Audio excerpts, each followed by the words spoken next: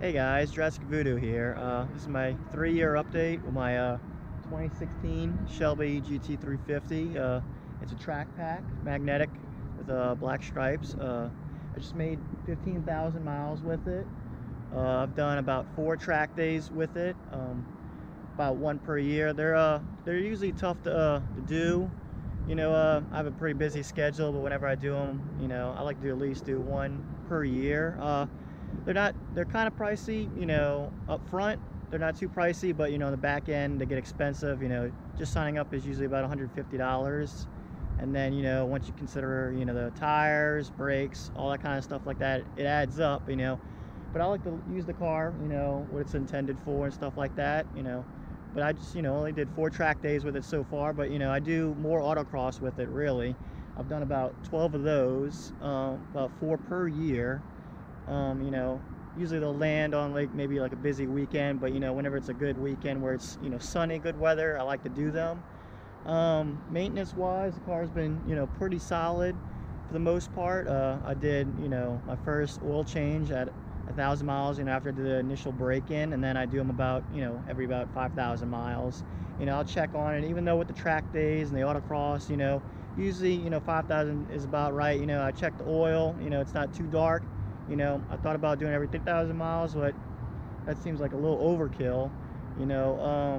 Other than that, no major problems with the car. There was one time where the oil filter did come a little loose, so I've upgraded the oil filter to the cartridge style. The cartridge style, got updated in 2017. I've been waiting on Ford, to do, TSB, so that, they would do it for free, but I just didn't want to wait on them, didn't want to chance it, me going on track, it happened on track to be a worst case scenario, but everything other than that, everything's been great with the car, runs strong. I've done a lot of exterior mods, interior mods. I'm probably gonna make other videos on exactly what I'm gonna do, but I thought just do this as a separate video, as just a 3-year update with the car. Everything's kind of great, stuff like that. I love it. The first year I had it, it was my daily driver, but I'm a civil engineer, so some days I just cannot drive it because I'll go out to the fields. Some of the jobs, there might be residential areas nearby, so it's safe to park nearby, but some of the projects, they're out in the middle of nowhere. So I bought a 2018 Raptor, so after about the first year and a half, I started daily driving the Raptor, and so the bulk of the miles came from that first year. So I've been kind of slowing down with the miles with the car, so now it's really a true weekend warrior, track attack monster, stuff like that.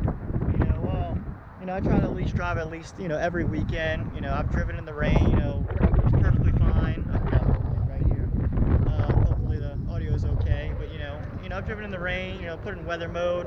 There's even times where it would rain and I leave it in sport mode, be completely fine, as long as you don't hammer on the gas, completely fine. Other than the oil changes and other maintenance things, I'm on a new set of tires. The first tires are Super Sports. They lasted about 12,000 miles. That was with about 2 track days and about 6 autocrosses at the time. So that's pretty good for the tires. But now I got the Michelin Pod 4S's, which is the updated versions of those. And they're great. They still give me the warning if I'm pushing to limits, they'll start squeaking before it actually breaks loose on me. So they're they're not true track tires, but I consider them the best street and track tires for this car. The Super Sports, they would tramline a lot.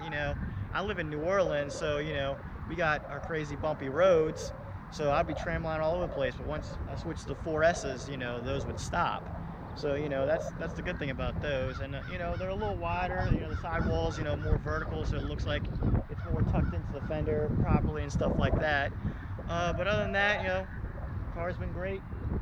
I love it, still love it. I want to keep it for 10 years, maybe more. It just depends. They got the new 500 coming out, but I love this car because it's a manual. It was actually my first manual, and it was actually pretty easy to learn. It only took me 1 day to learn.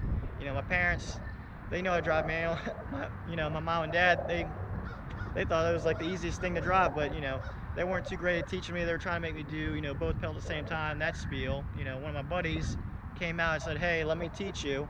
He's like, hey, you can just, ease on the clutch, no gas, and the car will run, on its own because it's got so much power. And he says once you get used to just, just using just the clutch, get the regular feel, then you can start bringing in, the gas pedal. So now, now I use both pedals. So now, but after that first week or so, I was used to using both pedals. I'm great at, rev matching. Clutch is still good. That hasn't worn out. Clutch is good. Transmission's still good. Engine's still good. All that stuff. So it's actually, a great car to even learn on because it's got, so much power. If I learned on something more old school, maybe it would be tougher. Since I didn't, those kind of old cars that not enough power. I would have to use both pedals and stuff like that. Anything else I'd like to add? Let's see. That's it.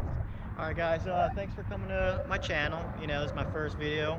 Might be a little fast. I'm a fast talker, I'm Italian, stuff like that. But hope you enjoyed this video on the 3-year update with my 2016 Shelby GT350. I'm going to try to make more videos. One for like exterior mods, engine mods, lighting mods, stuff like that. When I order the car, things like that. So I hope you stay tuned to the channel, and hope you subscribe and like the video. Thank you. Thanks guys. Bye.